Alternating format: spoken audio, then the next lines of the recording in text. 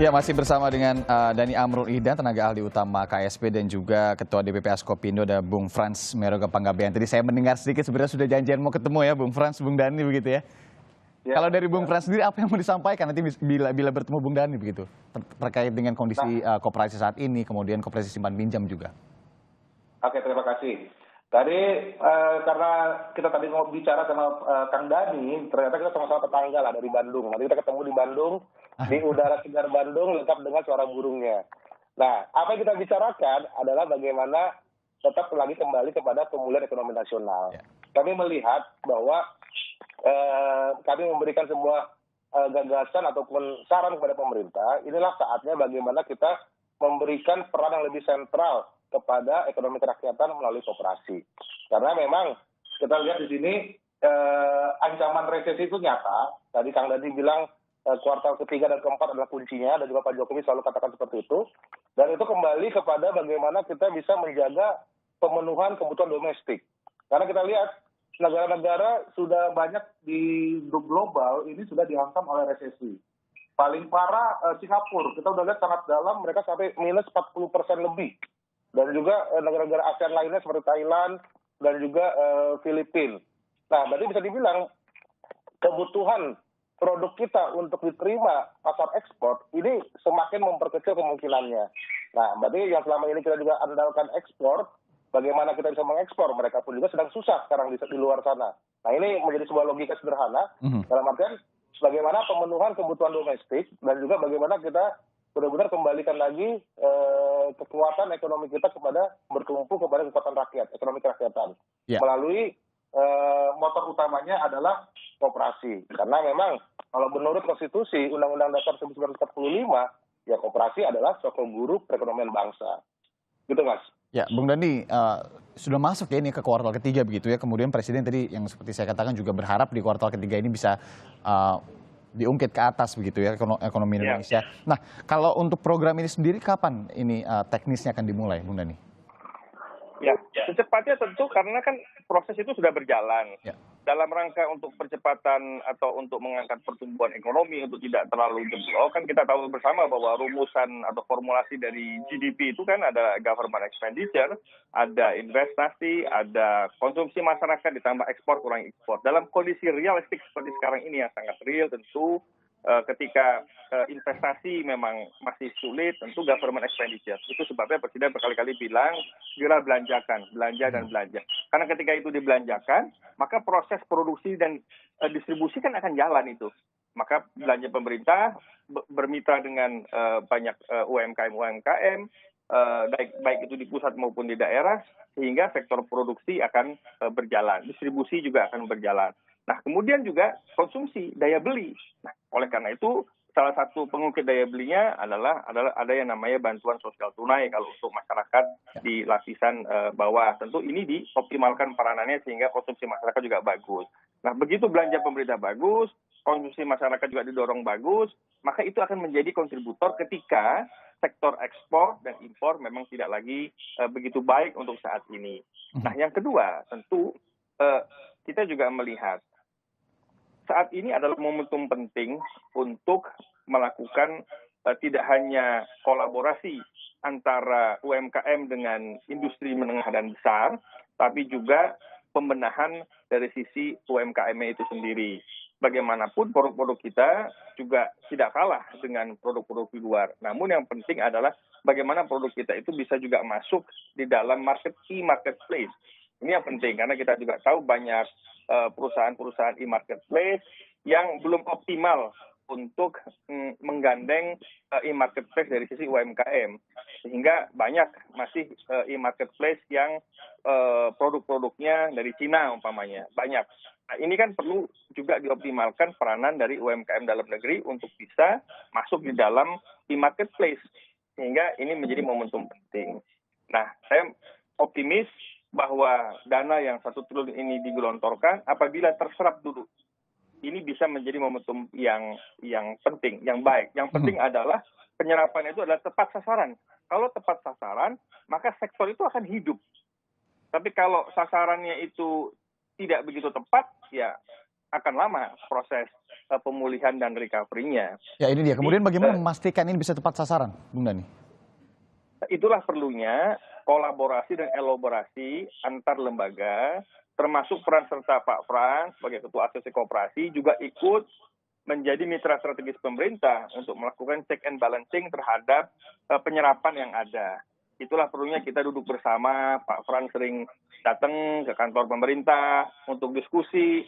Ini loh, ini ada penyerapan yang kurang di sektor ini, di daerah ini, yang sebetulnya kalau dihidupkan akan lebih produktif dan punya daya ungkit pasar yang tinggi.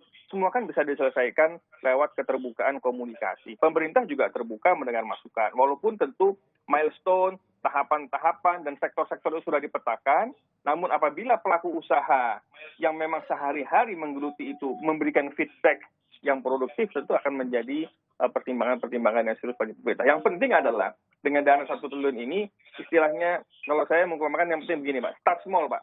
Kita mulai dari yang kecil, tapi think big, berpikir besar, dan fast moving, cepat dan bergerak cepat dan cepat. Karena kalau tidak kita bergerak cepat ya kita akan tertinggal dan akan terpuruk kembali. Itulah dorongan pemerintah, dorongan presiden dalam hal ini adalah untuk mempercepat dengan mengambil inisiatif taktis di lapangan. Sementara pemerintah juga akan berupaya untuk memperkecil dan menyederhanakan birokrasi sehingga proses penyerapan dan belanja negara budget pemerintah itu bisa lebih optimal dan lebih cepat lagi realisasinya di lapangan. Ya kalau UMKM memang sempat atau cukup jelas ya tadi Anda menjelaskan. Tapi kalau untuk koperasi sendiri Bung Dhani, adakah kemudian kategori-kategori sendiri kalau koperasi seperti ini yang akan nanti dikucurkan dananya atau seperti apa? Ya, nanti coba kita melihat dari Kementerian UMKM, di Kementerian Koperasi, itu sudah disusun milestone-nya, program-program kerjanya, nanti bisa dilihat secara lebih detail ya, tentang gambaran programnya seperti apa. Yang jelas, koperasi dan UMKM adalah dua sisi yang tidak bisa dipisahkan. Ketika koperasi maju, UMKM juga harus maju. Demikian pula sebaliknya. Karena sokoguru perekonomian nasional salah satunya adalah koperasi. Dan koperasi ini adalah cita-cita pendiri negeri untuk bisa terus dioptimalkan implementasinya di lapangan. Kalau saya ke Bung Frans, Anda sendiri melihat apa faktor kunci agar program ini kemudian tepat sasaran dan kemudian juga pada akhirnya ini positif untuk meningkatkan juga perekonomian Indonesia tentunya? Oke, terima kasih. Faktor kuncinya memang harusnya adalah juga dibuat sebuah arsitektur bagaimana closed loop ekosistem yang memang saling mendukung dan juga saling mengamankan. Jadi memang inilah saatnya semua elemen-elemen bangsa ini dan juga para semua pelaku-pelaku ekonomi benar-benar sama-sama kita bangkit untuk memulihkan ekonomi nasional. Bahkan berikutnya akan siap rebound untuk tahun-tahun berikutnya. Jadi kita lihat tadi kembali ke Kang Dhani tadi bilang, komponen GDP ada government spending, oke itu pemerintah mengambil peran. Memang sekarang yang diharapkan oleh pemerintah untuk mengungkit semua kemampuan daya beli masyarakat. Nah, baru kalau ngomong konsumsi masyarakat, berilah ini kepercayaan kepada ekonomi kerakyatan. Berilah kepercayaan kepada sektor real, pelaku UMKM, koperasi, dan juga pekerja informal. Nah, kalau kita bilang bagaimana swasta besar ataupun BUMN, benar-benar mungkin mereka fokus di ekspor, impor, dan investasi. Nah, ini semua kita bikin sebuah closed loop ekosistemnya yang benar-benar jangan saling menyalip, tapi justru malah saling mendukung dan saling mengamankan. Nah, inilah yang juga benar-benar bisa kita kerjasamakan, kolaborasikan bersama supaya semua elemen bangsa ini bisa sama-sama kita berangkat untuk memulihkan ekonomi nasional ini. Nah, juga berikutnya, bagaimana juga koperasi diberikan peran yang benar-benar sentral, karena memang koperasi ini, kalau kita lihat juga kepada bonus demografi, komposisi pelaku ekonomi bangsa kita adalah mayoritas milenial. Milenial 40% sekarang memegang komposisi penduduk, kurang lebih hampir 100 juta orang. Kita lihat bagaimana preferensi dan juga karakter milenial sebenarnya itu sangat cocok dengan koperasi. Kami melihat koperasi adalah badan usaha yang paling cocok kepada generasi milenial. Kenapa? Kita lihat preferensi milenial adalah kumpul, guyup, hangout. Yang kedua, mereka menjunjung tinggi sharing ekonomi, ekonomi berbagi. Yang berikutnya mereka juga cenderung memegang teguh adalah egaliter, kesetaraan. Nah, ini kita lihat adalah sebuah prinsip-prinsip yang dianut oleh koperasi. Bagaimana guyup kumpul adalah dengan rapat anggota tahunan. Bagaimana sharing ekonomi adalah dengan pembagian sisa hasil usaha. Bagaimana dengan egaliter atau kesetaraan adalah dengan koperasi menganut one man, one vote, bukan one share ataupun one vote seperti di korporasi. Nah ini yang benar-benar harus kita benar-benar dukung, terutama kooperatif dengan peran sentral kepada pemulihan ekonomi nasional. Apalagi tadi Kang Dhani bilang juga kita ngomong adalah kedepannya adalah pasti keniscayaan digitalisasi. Kita udah masuk ke fase revolusi industri 4.0, apalagi semakin diniscayakan oleh adanya kondisi pandemi ini. Berarti dengan dibungkus oleh digital, ini kita sudah satu langkah lebih maju sebenarnya. Ini sudah kita ngomong adalah bagaimana ekonomi kerakyatan 5.0. Ini adalah sebuah one step ahead strategi pemulihan ekonomi ini, bagaimana bukan hanya sekedar digitalisasi, tapi juga memang didasari oleh modal sosial yang kuat. Modal sosial ini dalam bentuk wadah koperasi.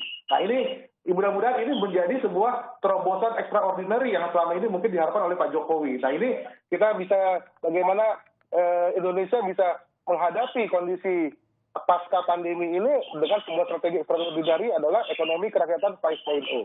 Terima kasih. Ya, kalau sebelum terakhir ke Bung Dhani nanti mengenai target realnya seperti apa, kalau Anda melihat sejauh ini mungkin singkat saja Bung Frans, komunikasi dari pemerintah kepada koperasi tentunya dari Asosiasi Koperasi Simpan Pinjam seperti yang Anda naungi begitu seperti apa?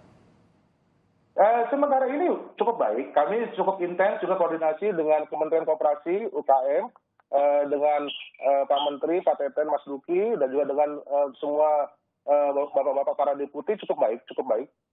Tapi berarti mungkin ini kami dengan kenal ini dengan Mas Dhani, Kang Dhani, berarti kita akan juga lebih komunikasikan lebih intens dengan KSP, Kantor Staf Kepresidenan.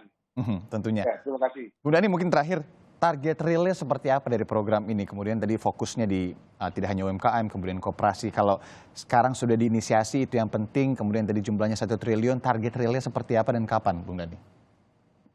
Target realnya tentu kita juga berharap agar dalam waktu beberapa bulan ke depan sektor real koperasi ini bisa kembali produktif lagi dan bisa mengambil kesempatan di tengah masalah pandemi ini, kesempatan dalam arti berinovasi, kesempatan untuk melakukan inovasi. Contoh kecil yang berdampak tinggi, berdampak besar juga, saya juga melihat ada beberapa koperasi, termasuk juga dalam UMKM yang memproduksi masker dan APD di tengah pandemik ini.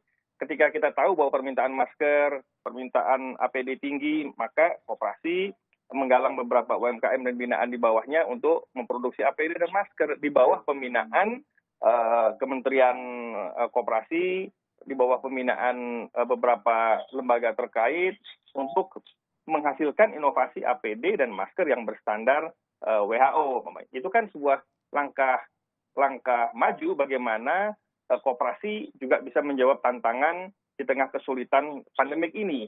Nah, inovasi-inovasi ini harus kita dorong, Pak. Harus terus kita dorong sehingga proses produksi, distribusi, dan konsumsi bisa berjalan dengan baik, dan koperasi bukan hanya menjadi ikon persoalan soko perekonomian nasional, tapi juga bisa diimplementasikan di dalam ekosistem perekonomian kontribusinya dalam mekanisme pasar yang konkret.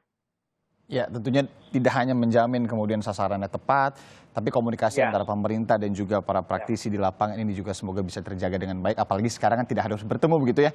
Dengan Zoom, Skype ini bisa juga berkomunikasi dengan lebih baik. Tentunya sehat-sehat selalu tenaga ahli utama Kantor Staf Kepresidenan, Pak Dhani Amrun Ihdan, kemudian tadi ada Ketua DPP Askopindo, Bung Frans Meroga Panggabean. Terima kasih Bapak-Bapak, minggu pagi sudah mau bergabung di Sapa Indonesia.